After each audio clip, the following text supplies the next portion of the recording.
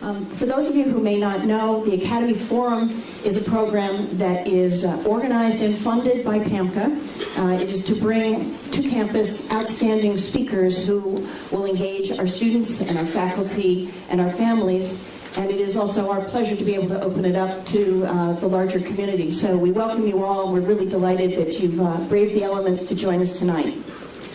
Before we get going with our program tonight, there are just a couple people that I want to thank for making it possible for us. First, Amy South. Amy, where are you? Amy's around somewhere. Amy is our community vice president. There she is in the back. She's ultimately responsible for the entire event tonight. Next is Lucy Batzik, and Lucy is in the doorway up there. Lucy has executed every single detail for tonight. We have Trish Perlmutter. Trish has shepherded this program from the very beginning. And last but not least, Judy Polinovsky and Debbie Kozak, who make absolutely everything happen for us here at MKA. So thank you very much. So now, without further ado, it's my pleasure to introduce the headmaster of the Montclair Kimberly Academy, Tom Namick.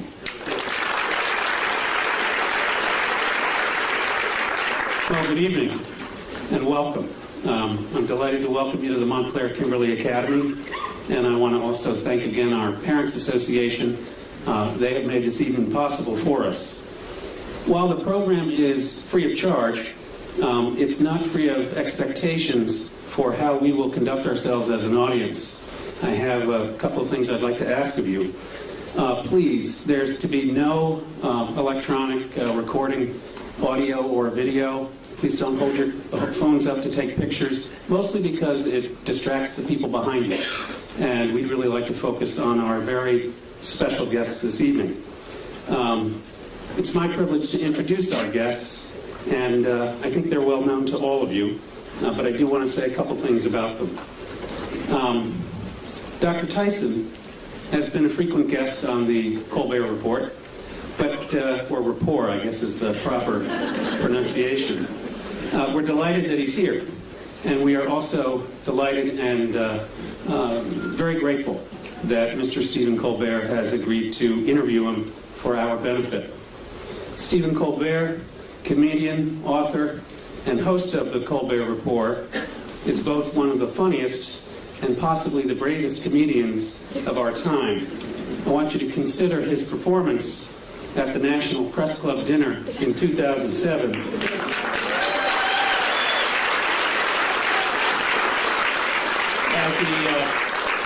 As he stood just a few feet from the President of the United States, known to the rest of us as the most powerful man in the world.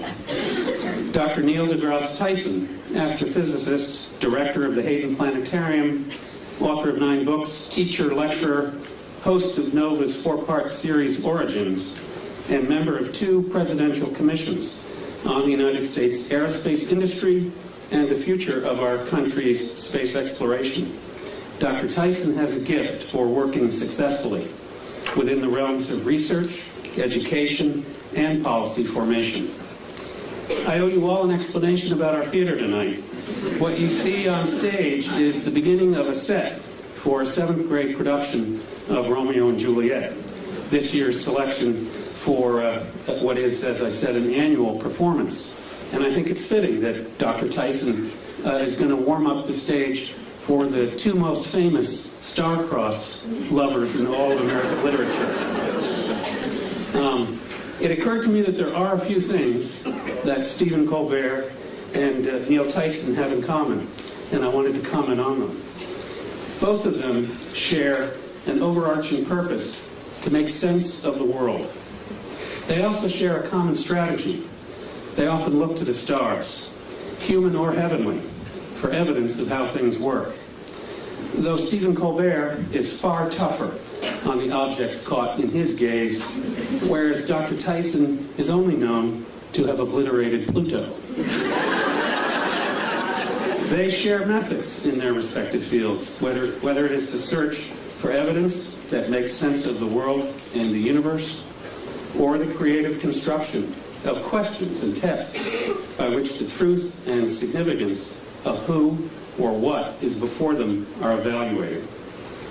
Perhaps then they both have something in common with William Shakespeare, the desire to provide their audience with a lens to see the world from a previously unconsidered point of view, and not just as others would have us see it. So while the stars may be dazzling, training and instinct appear to have taught each of them to look away from celestial bodies. I'm really sorry, I had to get that bad cliche in there somewhere. And to consider the effects that those celestial bodies have on everything and everyone around them. In addition to the challenging questions that each of them make us confront, their work has given the world a little more of that very rare and gem-like substance known as the truth, or in Stephen Colbert's case, truthiness. And we are very grateful. Ladies and gentlemen, Mr. Stephen Colbert and Dr. ʻniːl deGrasse Tyson.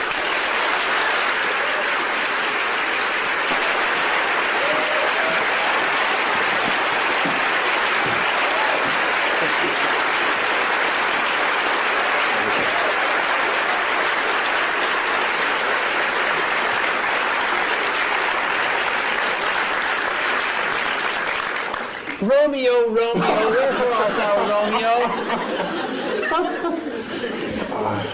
I don't know. ʻniːl, thanks so much for coming today. Yeah, no, thank you. Mr. Dr. ʻniːl deGrasse Tyson is, he's been on my show 6 times. And often when I come out to greet the audience before I do my show, they ask me, who's your favorite guest of all time? And I say, not just for volume, but it's ʻniːl deGrasse Tyson. Because not only do I love what ʻniːl knows, but I love that he loves what he doesn't know. Always interested in the next thing to learn. Oh, yeah. And always roll to whatever idiocy my character wants to throw on him. I think the only time I ever surprised you, as you told me a little while ago, was I asked you, should scientists go to Argentina or hike the Appalachian Trail? Yeah, I want people to talk about them. It's the universe talking I there. think we're a little out there. The universe amplifies. Yeah, that one, I missed that one. Yes, you'd missed that news story. Yeah. See, to go on a show, it's like the hardest interview ever. I have to I'm laden with current events just to mix with my science because I don't know where he's going to come at me. And I got to be ready with 7 tennis rackets to hit it back. And I'm upset because that one news story, remember with the guy, was it South Carolina guy? Who remembers? He goes to Argentina and becomes well known for having done so. And you asked me straight out, should scientists visit Argentina more often to become better known? And it just went, you aced me on that one. You're welcome. Now, ʻniːl, we've got a lot to talk about tonight. Yeah. A lot of subjects. Science is a big thing. But I want to start off with, this is not a bribe. I want to start off with... What's these chairs? I feel myself sliding. No. Exactly. When we first walked in, I said, oh, welcome to the barn raising. I realized we were speaking before the Amish tonight. Now it's going to make it tough to talk about science and technology. All right, ʻniːl, I want to start. I want to start in a broad way. Are you tweeting now, or are you actually trying to interview me? No, I'm just looking at photos of myself. Get a little work done. I need a little freshen up. Now, let me ask you a very basic question. Mm-hmm. Science, from scientia, in Latin, meaning knowledge.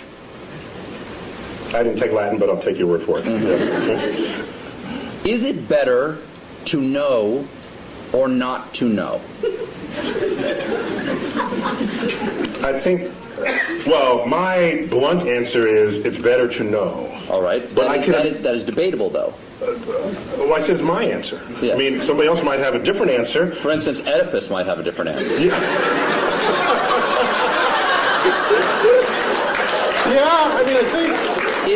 Is knowledge always a good thing? I have to say yes. Why? Because it empowers you to react and possibly even to do something about it if something about it needs to be done. Okay, but who we are is what we know, right? Part of who we are is what we know. And our identity is often based on how we see the world. Yes, and our personality for sure. And if we learn something that does not jive with how we think about the world, won't we have to re-examine who we are? Yeah, it can mess you up. Yeah. Once again, I'll go back to Oedipus.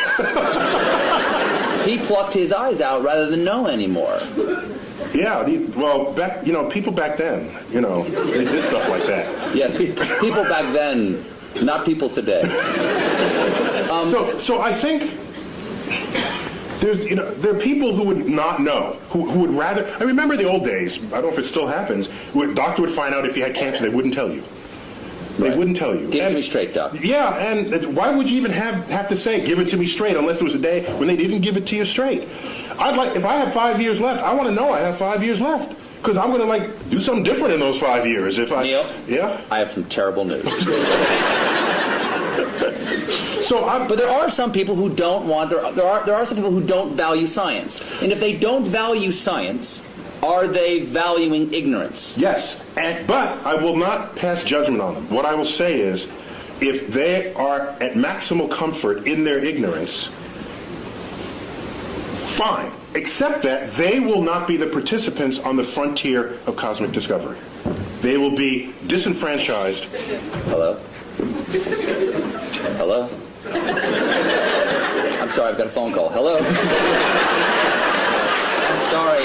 I have to take this. Hello? My mic isn't working? Hello. Now who's in control? So they won't be in control of the next participant. No, they won't. Not only will they not be on that frontier making any discoveries, they're not in a position to enhance their life for having access to those discoveries themselves. Can knowledge ever be a bad thing? I don't think so. What about actions that knowledge takes us to? Do you think that Oppenheimer, when the bomb went off, and he said, "I am become death, destroyer of worlds," do you think he perhaps questioned for a moment whether the knowledge they achieved that led to the creation of the bomb perhaps should have been left undiscovered? Do you know what he said in response to those kinds of questions? Yes. He said, because people said, have you usurped the power of God? Have you? And he said, if God didn't want this power to be there, he shouldn't have put it in the atom in the first place. Kind of an interesting point, I think. What he's saying is that the world is accessible to us. So would you say, don't smelt the ore and make iron and make a sword out of it because you could cut yourself? Back then, that's the counterpart statement from the Iron Age. And if you were around back then, you'd be sitting in this chair saying, don't make the sword, because you would unleash evil on the world. Okay, I'll step back from don't make the sword. How about don't lick the flagpole in February? Yeah, You will learn something, but at a price, Neil. that'd be data. It's a data cost. It is. Yeah. There is a data cost for that, isn't it? Yeah. Also, Adam and Eve. They ate of the tree of knowledge of good and evil, and they paid a price. Yeah. So God does put things into atoms he doesn't want us to know about. However, I think Yes? I don't want to blame the knowledge. I want to blame the behavior of people in the presence of the knowledge. So maybe we need better knowledge management. Do you think that scientists go? You can applaud him. He's the hero. Well, how about this? Do you think that scientists should be allowed to do anything they can? I heard a big no over there. Someone just said no. You know, people made fun of him for doing this, but during one of President Bush's State of the Union speeches... Bush 1 or 2? Bush 2. He said he warned against man-animal hybrids. Okay? And a lot of people, like me, made fun of that by showing pictures of, like, Senator Alligator Man going, boo, boo, yay, man-animal hybrids. But if scientists could make man-animal hybrids, wouldn't they? There are scientists who want to make man-animal hybrids. Should we make man-animal hybrids? I ask you, Senator Tyson. Should there be any limits like that? I think there's some creepy things about that, and I've met some scientists who would think that'd be an intriguing thing to do. Yes. Okay? So I think we as a society, as a democracy, what we should do is come to some understanding of what the prevailing social mores are. And no, science should not cross those barriers. And by the way, scientists are often ones to try to prevent that. Einstein among them, for example. He didn't want to make the bomb after he first told Roosevelt he should make the bomb. He changed his mind because his conscience, his moral conscience, descended upon him. Scientists are not without moral code here. So as a culture and as a society, we decide what should be the prevailing cultural mores, and I think we should all be beholden to those. What do you think of the portrayal of scientists in movies? Because often, for instance, the scientists who make the Terminator, they're the bad guys. Scientists lead us to the Terminator, or they create the superbug that wipes out the world, or they enrage the monster at the bottom of the sea. When you part the curtains and at the bottom of all of that, there's a politician funding that research.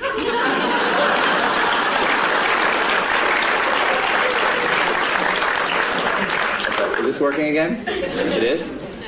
No, it's not. He says yes, you say no. Yeah, we got it. We're getting bad data. Just turn it. We're good. That was good. That's good? You're good. Oh, yeah. You're good. So scientists don't lead marching armies. Scientists don't invade other nations. Scientists, yes, we have scientists who invented the bomb. Yes, but somebody had to pay for the bomb, and that was taxpayers. That was war bonds. There was a political action that called for it. So everyone blames the scientists. We are collectively part of a society that is passing, that is using or not using, to its benefit or to its detriment, the discoveries made by science. And at the end of the day, a discovery itself is not moral. It's our application of it that has to pass that test.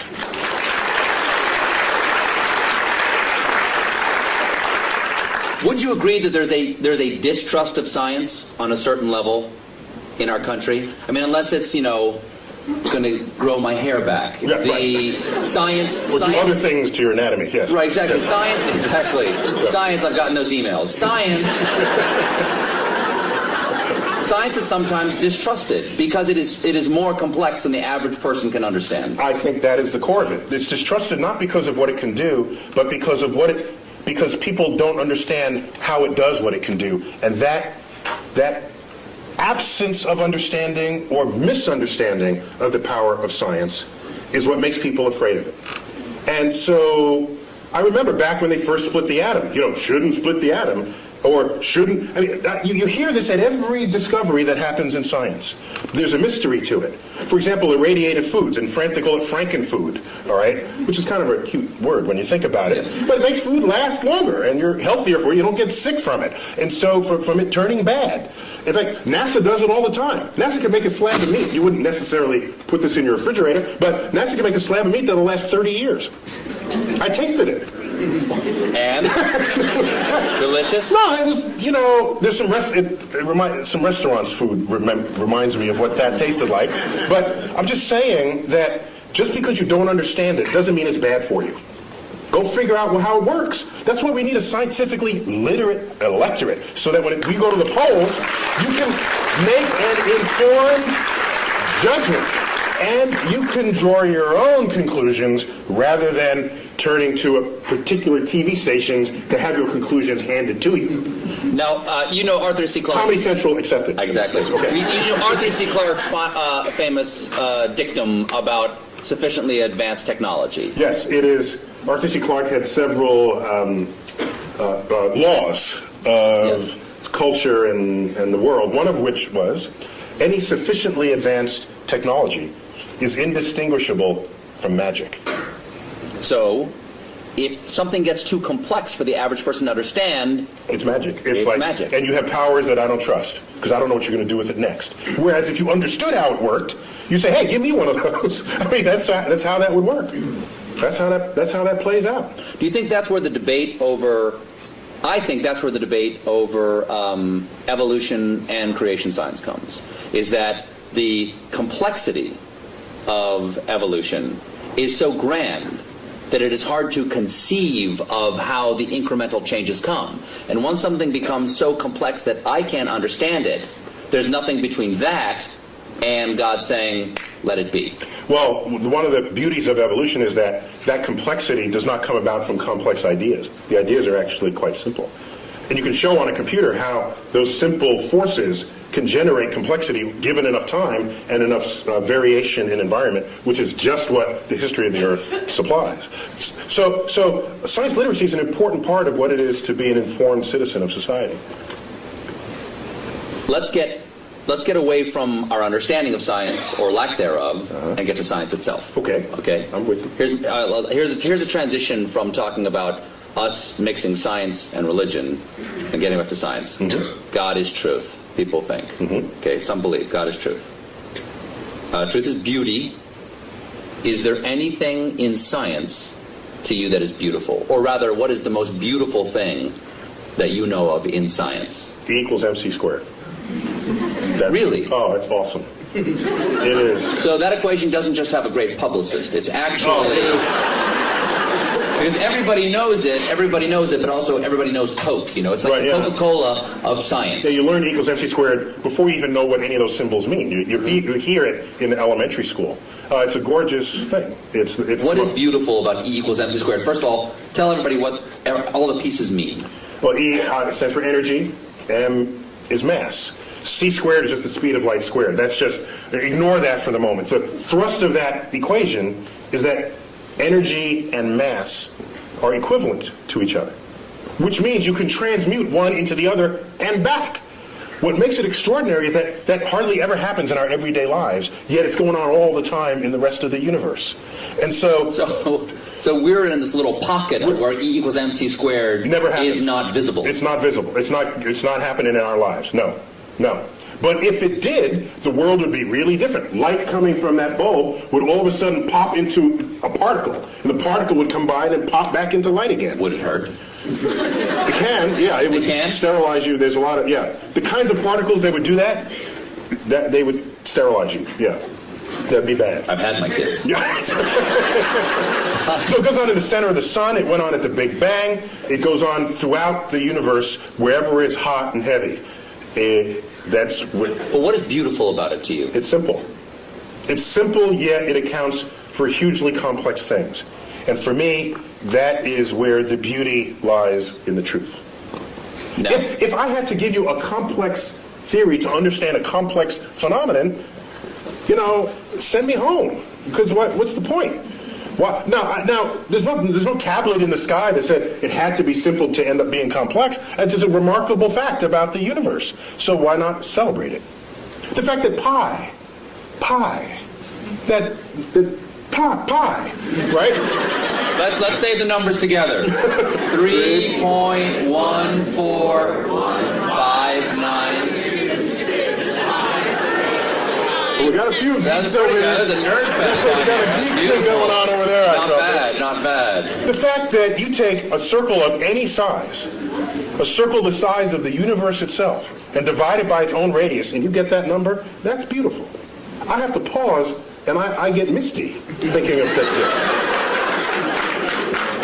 I'm sorry, that's just another one, that the atoms and molecules in your body are traceable to the crucibles in the centers of stars that manufactured these elements over its lifespan, when unstable, on death, exploding its enriched guts across the galaxy, scattering it into gas clouds that would ultimately collapse and make a star and have the right ingredients to make planets and people. Which means we are part of this universe. As I've said many times, and this goes back, not only are we in the universe is in us. That is a profound concept. And it was, I think it's the greatest gift that astrophysics gave culture in the 20th century.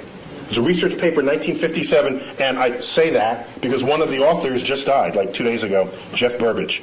Burbidge, Fowler, and Hoyle. One of the most famous research papers that no one ever heard of. You know why, I think? Because it had 4 authors, not just one, and it took a decade to figure out, and it wasn't just somebody burning the midnight oil, so it doesn't lend itself to poetry or screenplays, because it's a collaboration, so nobody wrote about it. But we knew that we are star stuff. We knew that we are stardust at the middle of the 20th century. That connects us to the universe like no other fact. That's beautiful.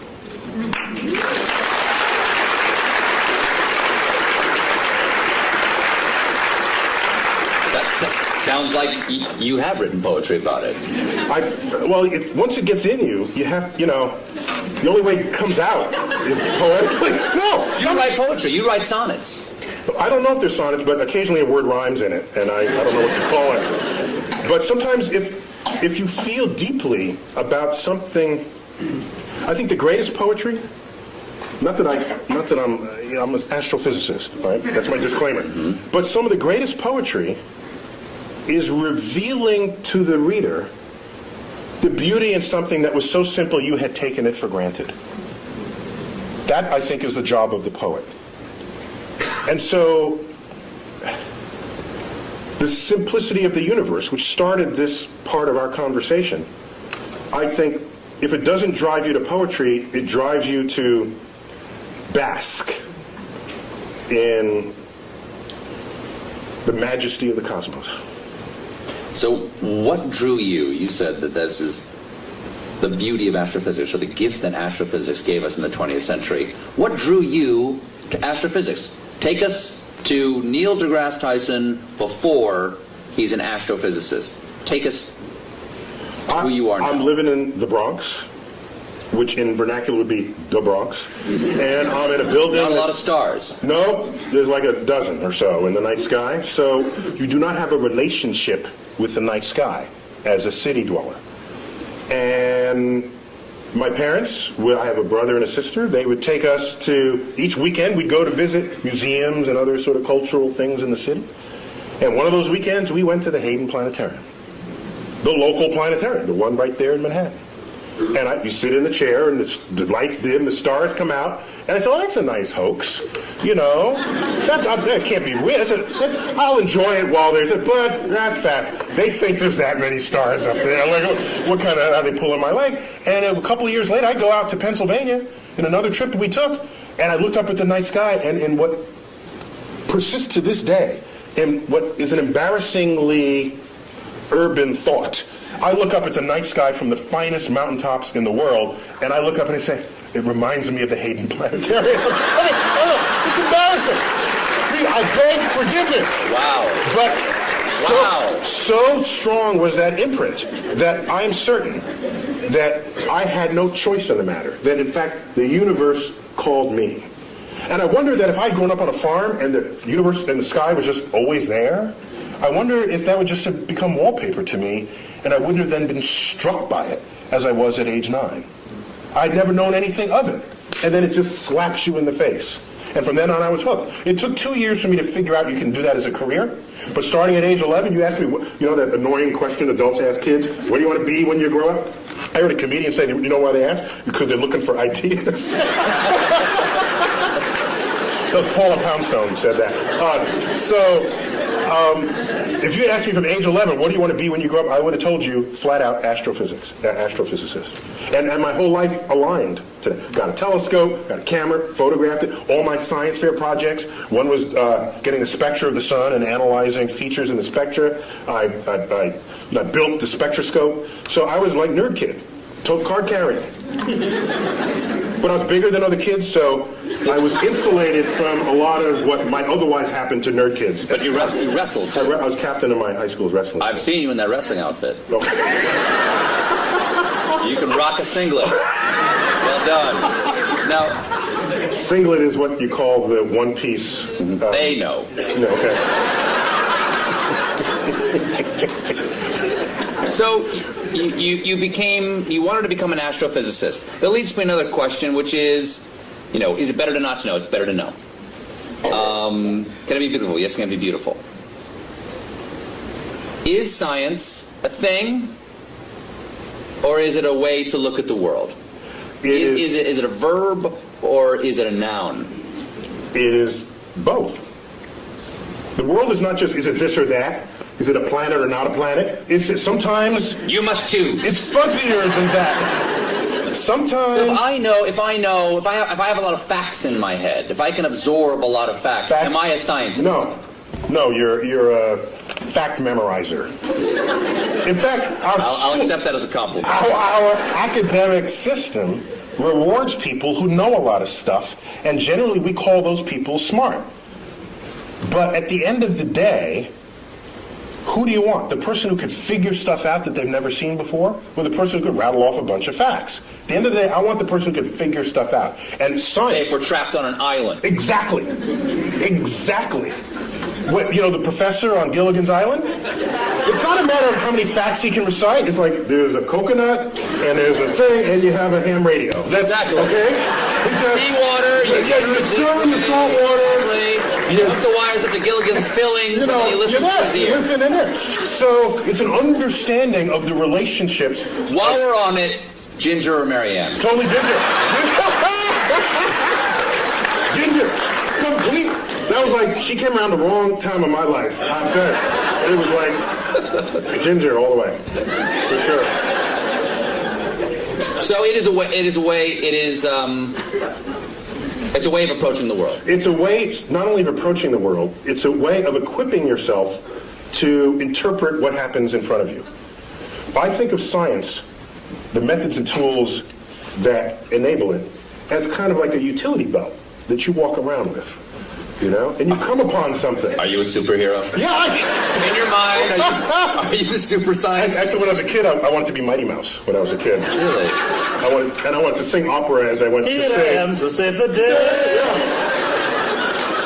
So it's a tool belt. It's a tool belt. It's a utility belt. Utility belt, sorry. Because I'm picturing you in the singlet with the utility belt. Yeah. It's a tool belt. The difference is a tool belt, if you have a hammer, as they say... You can hammer in the morning, You yes. can hammer in the morning, if I had a hammer. The problem is, if you start wielding a hammer, then all your problems look like nails. And maybe they're not. Maybe it's more subtle than that. And so your toolkit has to be able to morph into what is necessary for what it is that you confront at that moment. And so, yes, you're equipped with methods of mathematical analysis, methods of interpretation. You know some basic laws of physics. So when someone says, I have these two crystals, if you rub them together, you'll get healthy.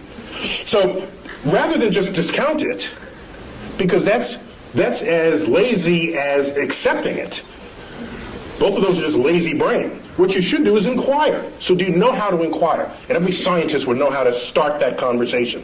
They would say, well, where'd you get these? What kinds of ailments does it cure? How does it work? What does it cost? Can you demonstrate that it works? And you go through this whole, and at the end the person's in tears because they weren't prepared for that level of questioning. And so science literacy is vaccine against charlatans of the world that would exploit your ignorance of the forces of nature. ʻniːl, if you don't like the crystals I gave you, you can just say it. And they're not working for you because you don't believe.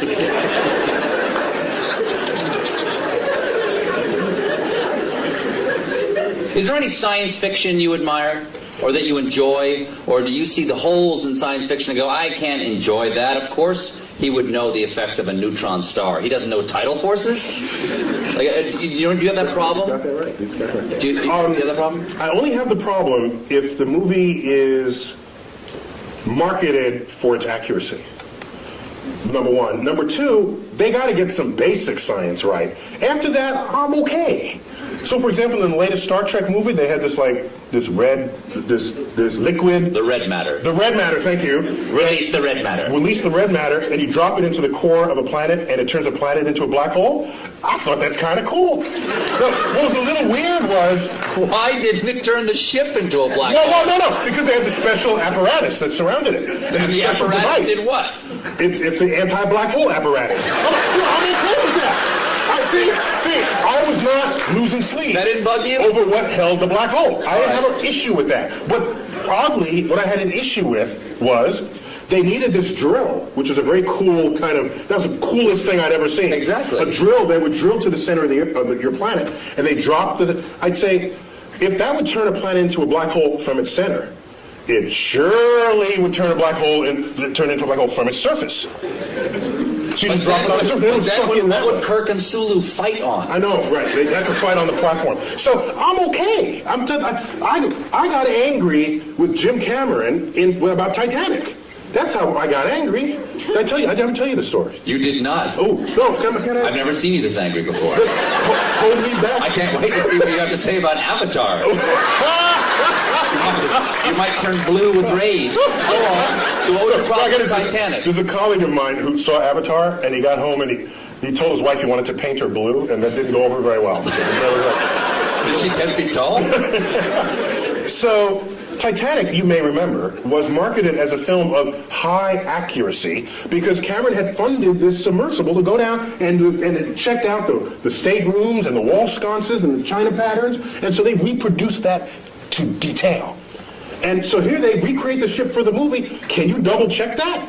No, because he had the submersible. You just have to trust him, okay? No, you got to trust him. So now, the ship sinks, right? Did I give away the... You see the movie yet? I'm sorry. Okay, so the ship sinks. I do. I remember. You remember that, okay? Very sad. And it's Kate Winslet on the flow. Remember that? And Yes. she's delirious. This isn't the scene where she's naked. Oh, sorry. Go on. It was kind of She's like dressed. that. Okay, go ahead. No, she's on the flow, on the whatever, the plank, and all right, she's looking up. We know the date, the time, the weather conditions, the longitude, the latitude. We know all of this about the sinking spot of the Titanic. There is only one sky she should have been looking at, and it was the wrong sky.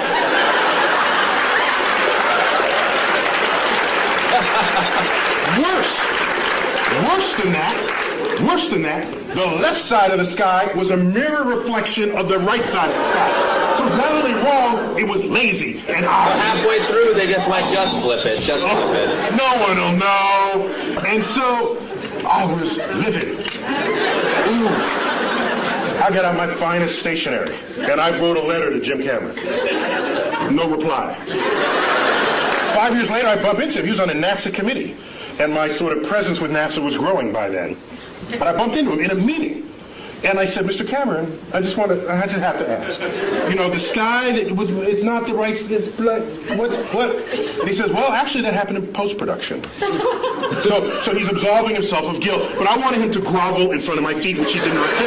Now, wait. So I was angrier after that. Later on, Wired magazine honors him for Discoverer of the Year, Explorer of the Year, and they want to hold their party at the Rose Center for Earth and Space. You don't come into my house and get the sky wrong. Okay? Is my microphone working? Or did it fall? You're loud enough. You don't need a microphone. There we go. It fell down. Can you hear me now? Mine, yes. Okay. So he's in my house. And as a courtesy, they extended me an invitation to have dinner with a small group of them after this award ceremony. So I said, yeah. So we go to dinner. There's 6 of us at the table. The wine is pouring.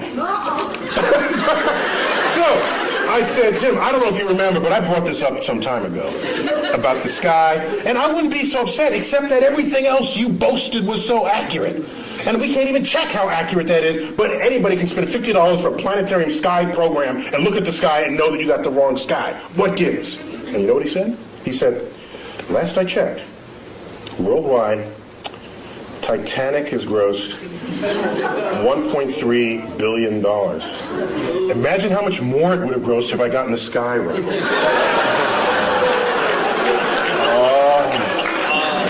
Oh, man. I'm so sorry. That, if I had a tail, it would have been like between my legs, and I would have... And so I think you won that conversation. No, actually I did. He retreated into his bank account. here's what happened. But that money will all eventually be gone, and he would still have gotten the sky wrong. Oh, that's an interesting point. That's right. The sky will Outlived even James Cameron. However, as dejected as I was, 2 weeks later I get a phone call. Forgot the guy's name. He calls me up and says, "Hello, it's Dr. Tyson." I said, "Yes." He said, I forgot his name, Johnny Smith. "I work in post-production for Jim Cameron.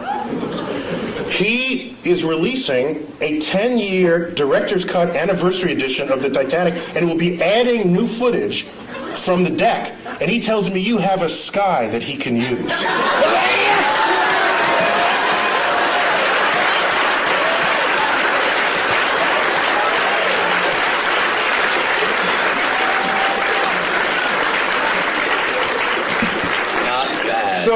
Not bad. You got your taste, right? You got a little taste. Yeah, right? it was good. No, I'm not. I'm a public servant. Yeah. I don't need a piece of it. Me too.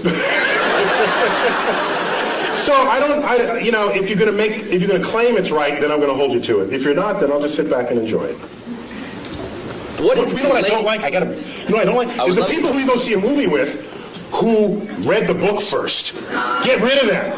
They don't belong in the movie theater. All right? It's like, the book was better. Well, get the hell out of it. Get out of the movie theater. Go back to your book. Leave me alone. Those people I can't stand. Stay home. We should not go to the movies together. Now, okay, I got three different things. What is the latest discovery in astrophysics that we should all know about? One of my favorite. I got to go back maybe 6 months for that. 8 months, may I? Okay. Okay. Well, we discovered water on the moon. That's kind of cool because where you're going, you want there to be water. All right, that's a good thing for life. But what struck me the most earlier in 2009, we discovered methane on Mars. Methane. If you have a gas stove and you live in a city, chances are it's methane. It's a flammable gas. You say, well, so what? Who cares? Except that methane is the byproduct. It's a part of the gaseous effluences of anaerobic bacteria, which on Earth operates deep in the intestinal tract of farm animals.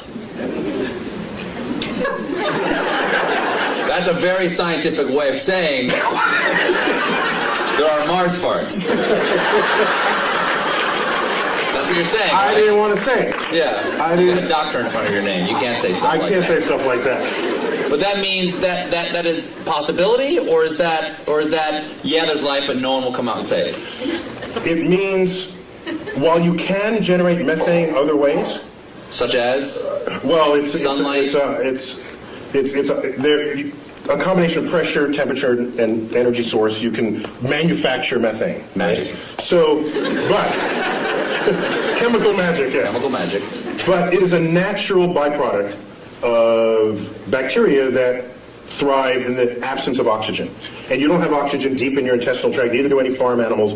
And if you're down under and Mars doesn't have oxygen. So it's tantalizing to think that maybe there are life reservoirs in aquifers beneath the Martian soils. As I was saying before about is it better to know or not to know, and there are things about our own identity that we take from the knowledge that we have, yes, we do. or the things that we don't know, the assumptions of things that are not there to be known. And instead of using the word identity, I'd say they have an impact on our ego. Yes. Because the more we learn about the universe, the smaller we get, all right? In time, in space, in size. And so if you go in... Not the way you just described it. The way you described it, you're a supernova. Well, that makes you bigger. Well, I think if you know about what's going on, then it's not mysterious and you're a participant in the unfolding cosmos. Otherwise, you are consumed by it and you fear it. And you shun it, and you say, I don't want to know that I live on a speck called Earth, orbiting an undistinguished star in the corner of an ordinary galaxy in an expanding void of the cosmos. There are some happy thoughts in there, like understanding how that worked, recognizing that the human brain figured that out. That's kind of cool. There's a lot we still don't know, but what we do know, I think we can sit proudly and celebrate what we know about the universe. Maybe now, not every one of us figured it took a few key people like Newton and Einstein, but we learned what they taught us, and each of them stands on the shoulders of giants that came before them, just as the quote goes. Let's celebrate it, not fear it. But if we found out that there was life someplace other than Earth, what do you think that would do to our identity or our ego? It may signal a change in the human condition that we cannot foresee or imagine. I think it would. Now, I think the issue would be not if we find bacterial life, which is kind of what we're looking for now. Bacterial life, there's no question about whether in our mind's eye we reign supreme over bacteria, although it can win. The bacteria, do you know in 1 linear centimeter of your lower colon lives and works more bacteria than the number of people who have ever been born in the history of the world? So in fact, we are just hosts for bacteria to lead their lives. So from the point of view of a bacteria, we're just a place to live, a dark, warm place to live. But we're a planet, and they don't believe there's bacteria in any of the other planets. that'd be an interesting sci-fi novel. So the real issue is, if we find life on another planet that's smarter than we are, that would totally mess with our ego. That'd be the last, nail in the coffin of our ego. That used to be, well, we're humans, we're on Earth, and Earth is small, and Sun is insignificant. That'd be the last one, and I don't know how we'd be able to handle that. Do you think that there have been discoveries that have happened? For instance, I have heard discoveries that have changed our point of view about the universe that we are not aware of, that they've changed. In other words, the change has been so gradual, we don't realize we see the world differently. Has E equals MC squared, because that's coming up on 100 years? I'll tell you. Yes, it is, actually. Well, no, we're past the age. Last year was 100? No, 1905, so 2005. Okay. But So I got one for you. has that changed us? I got one for you. In the 1920s, which was a watershed decade in the history of science, in that decade, we discovered that not only our galaxy, the Milky Way, is not the only existence of anything in the universe, that there are other Milky Ways out there. That recently? 1920s. Was it just the optics didn't exist for that? We needed a big enough telescope, and Edwin Hubble wielded all the glass that's necessary to accomplish that back in the 1920s. He said Hubble, before the telescope, was a man and had his own telescope, the biggest of its day, and he made that discovery. That there were these spiral fuzzy things in the night sky. We thought they were just local to us. They're whole other systems of stars. 100 billion stars unto itself, outside of our system. Not only was that discovered in 1926, 1929 he discovers that the universe is expanding, which means it may have had a back then, it may have had a beginning. If it's expanding, that meant it was littler in the past. Well, there must have been a day when it was all together in the same place. Thus was born the Big Bang. Okay, so now, also in that decade, quantum mechanics, quantum physics was discovered. That is the science of the small, the science of electrons, protons, neutrons, particles, nuclei. At the time, you'd say, this is just physicists burning tax money. Because who cares about the atom? I got my horse to feed. I got kids, you got issues in society. Yet it's quantum mechanics that is the entire foundation of our technological revolution. There would be no computers. There would be none of what you take for granted, your iPod, your iPhone, cell phones, the space program, without our understanding of the laws of physics as they operate on that atomic and molecular and nuclear level. And so the chemist has no understanding of the periodic table of elements without quantum mechanics. To them, it's just a list of elements. Quantum mechanics tells you why this column is there, and that's there, why this mates with that, and why that makes a molecule with that. That's quantum mechanics, and it's unheralded.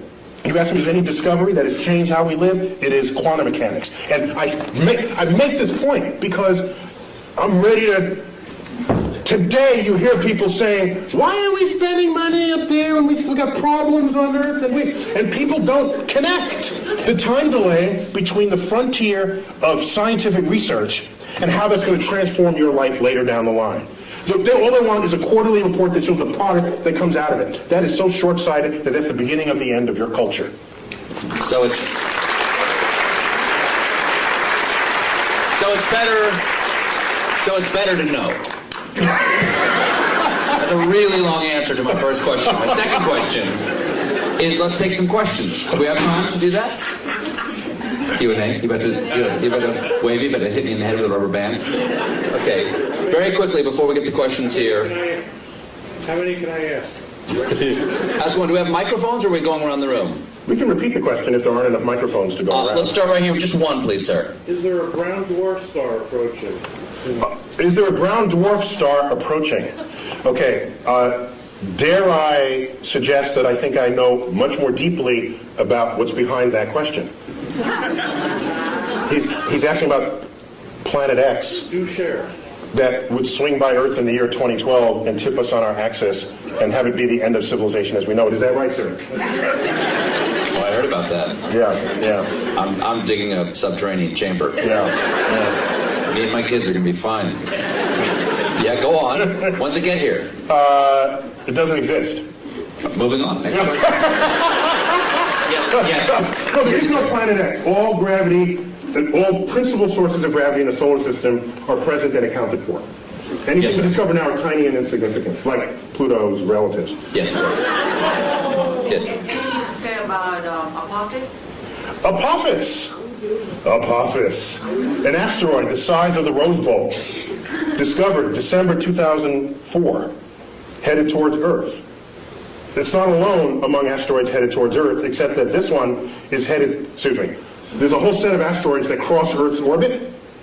That alone is not a problem. You cross the street all the time, but at different times the trucks drive by, okay? So the issue is, are you crossing the street when the truck is driving there at the same moment? That simultaneity is what matters. Apophis, when you ran the calculations, showed that there was a chance of it hitting us in the year 2036, with a close approach in the year 2029 on April 13th. A Friday, by the way. But here's what's significant about that. We've had close approaches before, but none this close. This is the size of the Rose Bowl, and on April 13th, 2029, it'll come close enough to Earth to dip below our orbiting communication satellites. Do you think 2.5% is a big number for that asteroid to come to Earth? No, right now the best estimates are several in a million that it will hit us in 2036. And if it does, it will likely hit the Pacific Ocean, plunge into a depth of 3 miles, explode, cavitate the ocean, send waves of tsunamis. The first one from the impact. The second one, because the water splashes back into the cavity, goes high into the air, drops back down and sends another pulse. This will go on about 40 times. There'll be multiple tsunamis. I was just on the Santa Monica beach 2 nights ago because Santa Monica is the first city to get hit because it's the beeline right up from Santa Monica, 600 kilometers into the Pacific. 5-story tall tsunami would take out the entire west coast of the United States. But nobody has to die because we know this well in advance. But I think 2 people will die. The stupid surfer who wants to surf that tsunami, we know people like this, right? You see them. And you know who else? Of course, the weatherman who wants to bring the camera guy closer. Can you see the waves hitting the shore? Okay, take him out too. We don't need either one of them, and then we'll get on with it. That would be the great James Cameron movie. Yes. Tonight there's a wolf moon. Can you explain what that means? What's a wolf moon? Okay, each full moon of the year has a name, and there are regional variations among those names. And the wolf moon, it's when it's snowy and the wolves howl. You can see the wolf in the light of the moon because the landscape is white, and the wolves don't turn white, so you can see them against this. And so depending on if you live in a region where there are wolves, that would be what you would call it. Other full moon names you've heard of, the harvest moon is one of them. The honeymoon is one. That's the moon that's in June, the honeymoon, because that moon actually never gets very high in the sky. And it's amber the entire time. It takes on the color of honey. It's just called the honeymoon, and you get married in June. And that's where you get the name honeymoon for that. Yeah. Anyone over here? No? Yes, sir. I think, in astronomy, probably dark energy was sort of a real game changer about 10 years ago, the discovery that the expansion of the universe is speeding up. If there's a game changer in the next 20 years, what is it? The question is, dark energy, he said 10 years ago was like a game changer. Can I foresee any game changers on the horizon. Well, it turns out dark energy was not as much of a game changer as you might think, because we already had a slot for it in Einstein's equations. We already had a placeholder. No one had ever measured it before, so we just assumed it was zero and got on with life. The moment it was discovered, we said, hey, now we can stick it in the equation. It's like, whoa! Its presence in the equation shows that there's this force, there's this pressure operating against the action of gravity, making the universe accelerate in its expansion. And that's extraordinary, because it means the day will come where these galaxies that Hubble discovered will move away from us with such speed that they will disappear beyond our horizon, and the total known universe at that time will only be the Milky Way, restoring the state of mind of our universe that existed before 1920. That's a spooky time. We would have to hand down the annals of cosmology from previous centuries to hear about the galaxies that were once in the night sky. So game changers going forward. If we discover the dark matter particle, that'd be kind of cool. If dark energy and dark matter, because we don't know what's causing either one of them, but we measure them. So they are real in their action on the universe. We just don't know what it is. Okay? As distinct from the ether 100 years ago, we never measured it. We just assumed it was there. There was no data. It was just dark matter, dark energy. We call it Fred and Wilma. Don't think it's matter or energy. We don't know what it is. Don't let the name fool you. I'll henceforth call it Fred and Wilma. Okay? So with Fred and Wilma, these two things, it may be a game changer. Once we figure out what it is, it's a new particle that then we can exploit to our benefit, in the same way our understanding of quantum physics enabled us to exploit the behavior of atoms and nuclei to our benefit. So a new kind of physics would transform how we live. Yes, that's one way I think about it. Is Pluto going to be excised, so not just because we send it out, but because in ice will it expire? Will Pluto not only be humiliated by ´niːl deGrasse Tyson? You may not know this. That's not the word she said. She used that word. Excised from the family of planets. ´niːl was on the group that gave the recommendation that Pluto be demoted, correct? We thought differently about Pluto's identity than Pluto did, and other supporters of it. We just grouped it with other icy bodies in the outer solar system that, at the time, were being discovered. Don't shoot the messenger.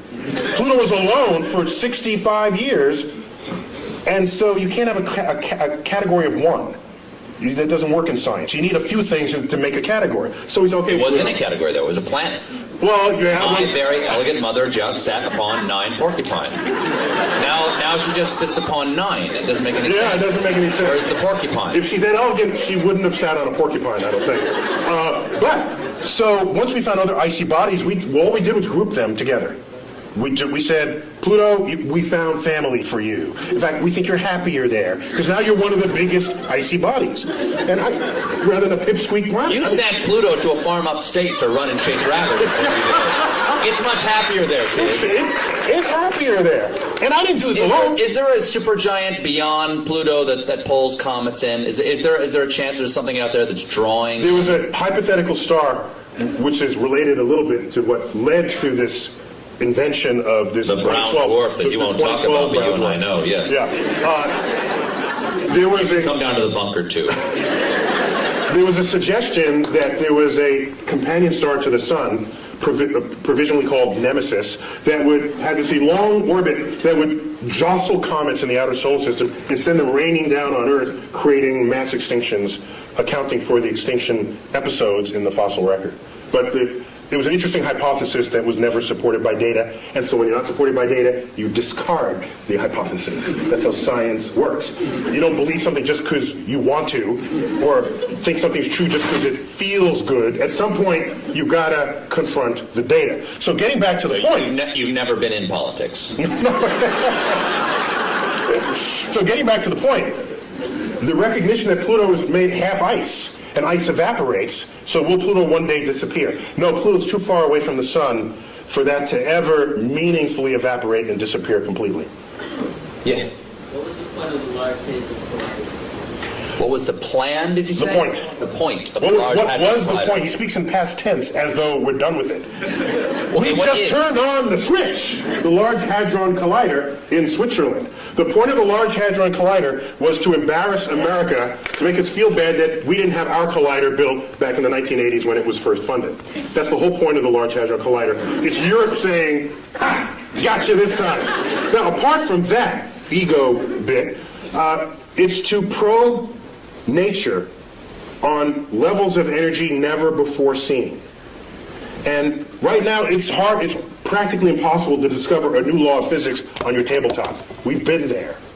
We've done that. And almost the entire history of physics is go to the edges of your points of exploration and then take a step beyond that. You're bound to discover something new. It's like climbing the next mountain, crossing the next valley.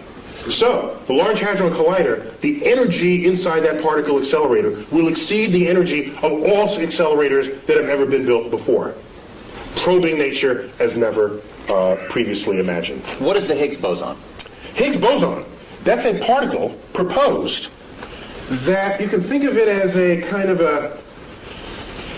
it's like think of it like molasses.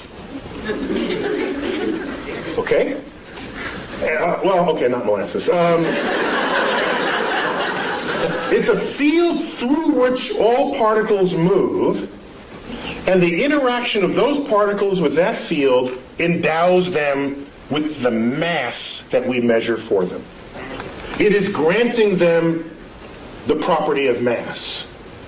We have yet to find this particle, but if we do... So mass is not explained presently. That's correct. We just measure... We don't know why we get fat. we don't know why something has mass right now. That's correct. And so now let me ask you something. If you build let's say you build an equation this way. You've got an equation over here, you built it, and it's a house, okay? And you've got another equation over here that works. It's another house. But in your mind, you think, these two houses are actually probably should be one house. You invent something that fits into the shape between the two houses, right? Yes. Like you've got a shape between the houses. Goes, okay, there's something in the universe that is the shape of the space between these two houses. Yes. Does that necessarily mean that thing is there? The history has shown that almost every time we propose something that connects one house to another, if those two houses themselves work, there's something in between them connecting the two. For example, in 1930s, we had this experiment with the 1930s. Quantum physics is in place. We start probing the atom. We find out there's an atomic reaction, a nuclear reaction, where there's some missing energy. We account for all that, and there's something missing. We said this much energy here, and then it's missing here. And we swear we accounted for everything. Fermi comes up, a famous physicist, said, I bet there's a particle that came out of that reaction that escaped with the energy before you had a chance to measure it. E equals mc squared. Well, that would have endowed that particle with its energy to do so, the mass to do so. And even mc squared is in every one of these, it's all over the place. It's written with E equals mc squared. The point is, he hypothesized the particle, gave it the properties that it would have to account for what was seen. That's your conduit between the two houses.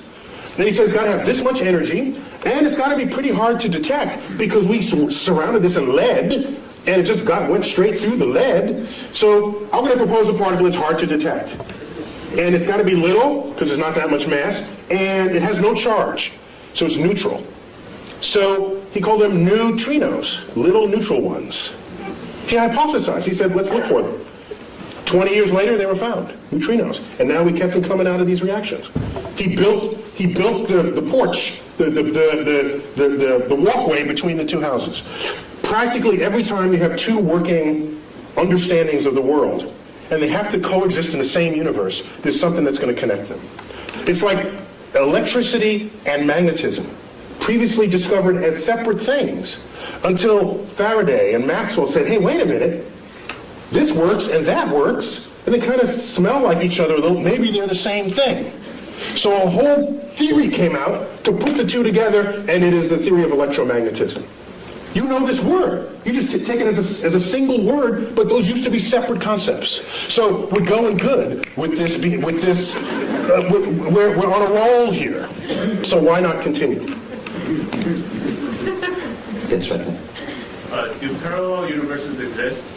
Do parallel universes exist? We don't know. The parallel universes are losing favor to the multiverse. We have some cogent theoretical expectations that our universe might be just one of many, spawned from this sort of this hyperdimensional medium, which we'll call the multiverse. There's no data to support it, but we have good theoretical premise to think that it's there. And we have philosophical precedent. We used to think Earth was special and unique. It wasn't. We got 8 planets. We thought the sun was special. It's one of 100 billion suns. Thought the galaxy was special. No, it's 100 billion galaxies. We have one universe.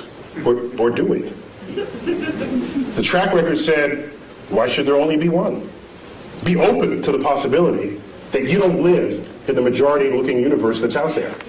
Would a separate universe, when you say different universe, slightly different laws of physics, which makes that's what I'm asking. Oh yes. Well, this is the fun part, because if you manage to get a portal to another universe, don't be the first one to volunteer to go through it, because your atoms are working in this universe. If the slightly different law of physics, you could implode, explode, come out with 3 heads. Who knows? There's a different exchange rate over there. Yes. Yes. Someone, let's go in the back, in the middle, and I think you have a white sweater on, yes. Is it possible to tunnel through a black hole, like quantum mechanically speaking? Can a black hole be used to travel? How about that? Can we say that? No, it's a little different. Like, Steve, get with it. Tunnel through a black hole. Yes. As if it creates a tunnel in space or time. Quantum mechanically is what she said. Quantum mechanically, can you tunnel through a black hole? I'm not going to try to interpret this one. Well, I have to ask, did you want to land someplace else when you're done, or are you content with being dead when it's over? I need to know before I answer. I guess it's okay if I die. It's okay if you die. For science. For science. Stephen Hawking showed just recently that, and for me this was kind of spooky amazing, that black holes remember everything that they have ever eaten. Which means it's not a tunnel to anywhere. Everything that it ate is sitting there at the singularity at its center. Now the spooky part, that's not the spooky part. The spooky part is, Stephen Hawking showed 40 years ago that black holes can actually evaporate. The matter that's within a black hole can rise up out of the gravitational field that surrounds it and spontaneously birth a pair of particles. That's just E equals mc squared doing its thing. E equals mc squared. The gravity field has high energy density. Out of that pops particles. And those particles escape, taking matter away from the black hole.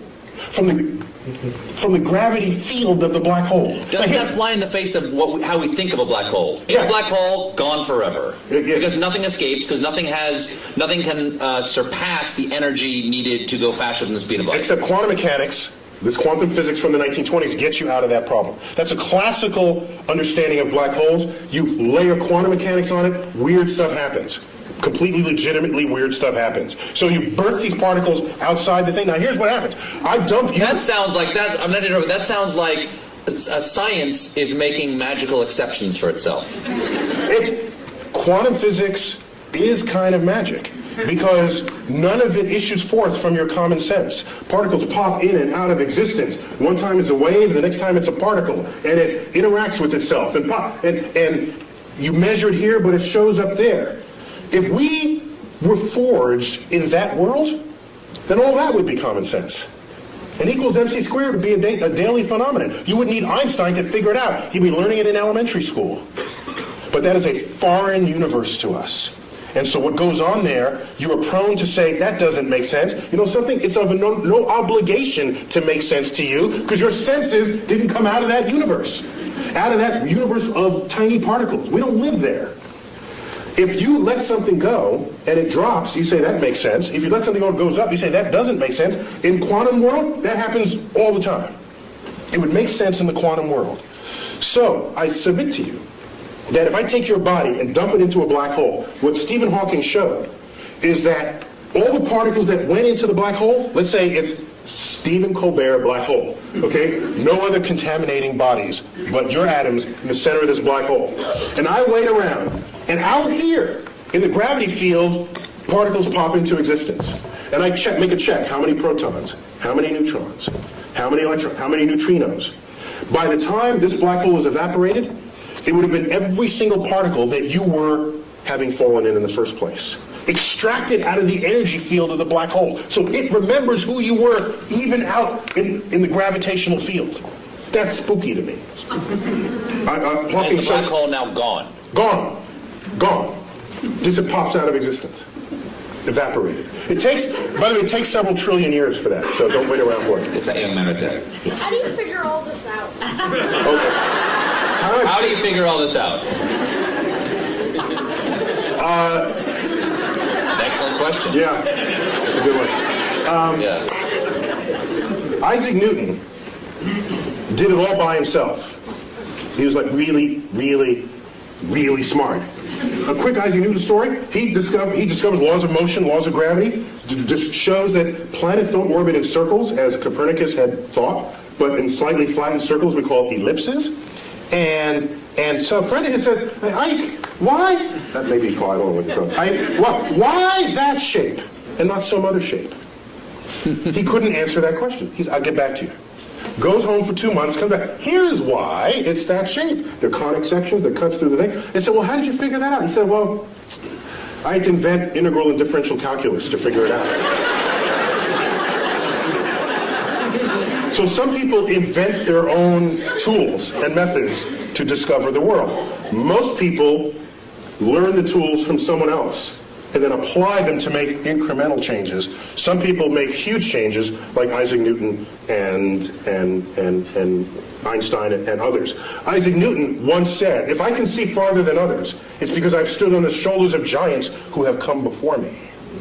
But I've read Isaac Newton, and his stuff makes the hair on the, if I had hair, it would rise up on the back of my neck, how plugged in he was to the universe.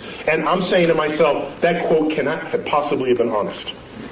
What it really meant, if I re-give that quote to him, I'd say, if I can see farther than others, it's because I'm standing among midgets, that's why. He can see farther than everybody else. In the case of Isaac Newton. I'm afraid we only have time for one more question. Yes, sir. Actually, that was a great segue to my question. You talked we organize this all for your question. Sure. Early in the evening, you brought up the ideas of scientific literacy and technology management. I'd like to hear your opinions on where the policy needs to go to make a positive impact in that area. Ooh. All right, Neil. Can you repeat that for everybody? The question is, we were talking earlier about scientific literacy and our approach towards science as a nation. In your opinion, and you serve on science advisory panels, where do you think we need to go as a nation? What do we need to do to increase our scientific literacy? I'll answer two-pronged. One is, what do you do with your kids? And kids need to be able to explore freely. And if you look at most households, they're not designed for that. They're designed to have the kid not explore. The kid comes into your kitchen and pulls out the pots and pans and starts banging on. What's the first thing you do as a parent? Stop that, you're getting the dishes dirty. Yet these are experiments in acoustics. That's what that is. Okay? Whatever the kid is doing, if it has the chance of breaking something, you're going to tell them to not do it, without thinking that that's the consequence of an experiment that they are conducting. And every time the kid wants to do something, provided it doesn't kill them, it's an experiment. Let it run its course, even if it makes something messy. You agreed to have a kid in the first place? Fine, clean up after them. And when they open up...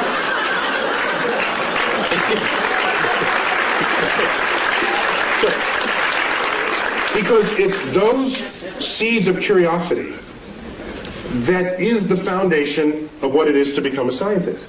Now, I don't want everybody to be a scientist. That'd be a boring world. I want the poets, and I want the musicians, and we need that. And I don't have it. But I'm talking about promoting science literacy. And so the first step for the parent is to get out of the way. Allow the child to explore. They start playing in the mud. Don't do that in the mud. I just cleaned those pants. You're getting in the way of another experiment. They start plucking the petals off the flowers you just bought from the florist. And you say, stop that, I just paid $10 for the flowers. Had you let that continue, they find in the middle the stamen and the pistil, and they learn something about the flower. For $10. That's cheap. Derek Bach, one-time president of Harvard, once said, if you think education is expensive, try the cost of ignorance. And so that's got to start at home. In the schools, I don't have a problem with the fact memorizing, but don't equate that with what it is to be wise or what it is to be smart. Smart should be some combination of that, yes, but also what is your lens on the world? How do you figure things out? And you promote that by stimulating curiosity. And I don't see enough stimulating curiosity in this world. This is a famous school right here. I saw the banner in the opening corridors. So you probably don't have that problem here, all right? But the whole world is not educated in this building. So a lot of change would need to happen in that regard. Now getting back to policy. I have tried. You do a simple Google, like YouTube and Tyson, my name, but put ʻniːl so you don't get Mike. Right? Dining on someone's ear.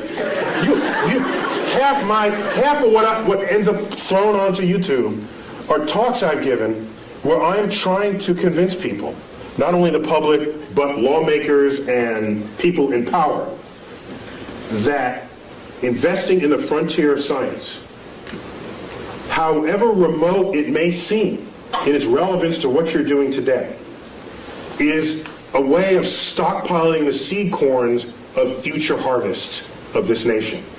And those seed corns, what they do is, whether or not you know it today, advancing a frontier, history has shown, has advanced a culture ever since the Industrial Revolution got underway.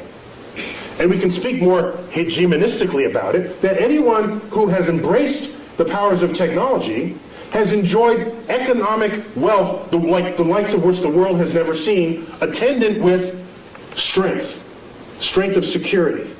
Okay? And so people say today, they'll say, suppose the next terrorist attack is like a chemical attack. Do you call out the Marines, or do you get your best chemists to figure out what to do about that? There's a point where your weapons are not as useful as the brain of the scientist who you could bring to bear on the problem. And so I see science and technology and creative investments in it as the most significant infusion to our economy that could possibly be conceived. The problem is it's not going to boost the economy next quarter. It's got a time horizon longer than most people have the patience for, and most politicians have the re-election cycle to be tolerant of. So what we need is a longer view on those investments. I don't want to have NASA going hand in hand trying to get money to stimulate the frontier of cosmic discovery. And that frontier now involves biologists in the search for life, chemists in understanding the soils of Mars, aerospace engineers. You know what I don't want to do? I don't want to stand in front of 8th graders and say, who wants to be an aerospace engineer so that you can design an airplane that's 15% more fuel efficient than the one your father flew? That's not going to get them. But if I say, who wants to be an engineer and design the airfoil that'll fly in the rarefied atmosphere of Mars, I'm going to get the best students in the class, and you know it. Because that's an exciting project for smart people to work on, motivated people to work on. And when you have them, they invent stuff. They discover things. They transform the culture in which we live on a time horizon that is not easy to just tell someone in a one-sentence soundbite. And what I want is a level of science and cultural literacy that will allow the public to be able to think beyond the election cycle, to think for themselves and say, this is a good investment. How many times have you heard people say, if you're not among us here, why are we spending money up there when we have the problems down here? Have you ever asked how much money we're spending up there? Ask that question. You know what the answer is? I've asked people, how much money do you think we're spending? here's your tax dollar. How much do you think? 10%? 15%? Those are the kinds of answers I get. You know how much is getting spent? The rovers, the space station, the space shuttles, all the launch vehicles, all the NASA centers is 0.6 of 1 penny on your tax dollar. 0.6 of 1 penny pays for it all. And you're telling me, why are we spending money there and down here? If you need that money to solve these problems, you got some other problems going on. Okay? That's a whole other problem with society. So, I'm sorry, I'm getting off. So my point is, I think the greatest, the greatest need is to be able to have the foresight necessary to make investments on the frontier of science, even if at the time you make those investments, you cannot figure out how that might make you rich tomorrow. Michael Faraday, in the 1840s, was the first one to pass a wire through a magnetic field. And it made a little meter tick it moved a meter. He hooked up to it. Now this guy, you do this and this happens. That's kind of cool. If you're nerdy, to a nerd, that's a cool thing, right? You do this and this happens. And so what was happening is, it induced a current through the wire. He showed his colleagues. It looked like just kind of a curiosity, a toy. Showed it to Parliament. They say, why, this is what we're funding? We're funding this toy? And this may be apocryphal, but it is said of Faraday, in response to this inquiry, said this, because they asked, well, what value is this to the British Empire and to the king? He said, I don't know what value it is today, but I know one day you're going to tax it. And in fact, that is the foundation of how all electricity is made today. And it would take another 60 years before electricity would come to homes. But who could have known it at the time? I don't want to be left behind.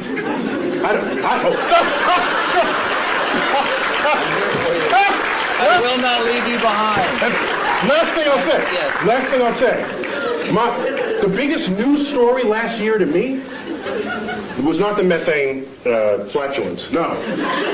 The biggest news story happened December 22nd, something like that. I forgot what day. A press release comes out. Russia says they want to send a mission to deflect Apophis, the killer asteroid. Oh, yeah. By the way, I said if that hits, it's going to hit the Pacific, which affects us. Okay? Russia says we're going to launch a mission. We're going to start designing it now. We're going to fund it. Oh, by the way, the United States is welcome to join us. And people say, that's nice. A little international thing. And I'm saying, wait a minute. Something's wrong here. Aren't we the ones who are supposed to be starting missions and then invite other people to join us? Isn't that how it's been? So that was a sign, one of many, that our significance and meaning on the world stage is fading. And it's fading fast. And it's not a cliff. It's just a fade. And the day will come where the rest of the world just makes their own decisions about the future of their own space exploration and technologies. And we're sitting back saying, hi, fellas, can we join along? ʻniːl, we already proved we can deflect asteroids in the movie Armageddon. Yes. So there's our fantasy. We don't do it in real, we do it on the silver screen, and we're happy about that. Maybe we got to fix that disconnect. Last question. Why is there something instead of nothing? 10 words or less.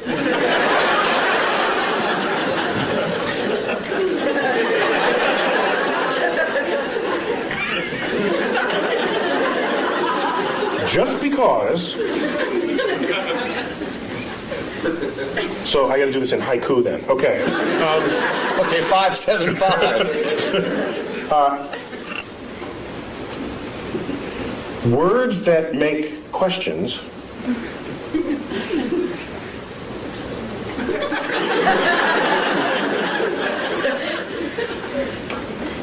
may not be questions at all. I am well rebuked. ʻniːl deGrasse Tyson, it is an honor to have you here and an honor always to talk to you. Please, come on, give it up for ʻniːl deGrasse Tyson.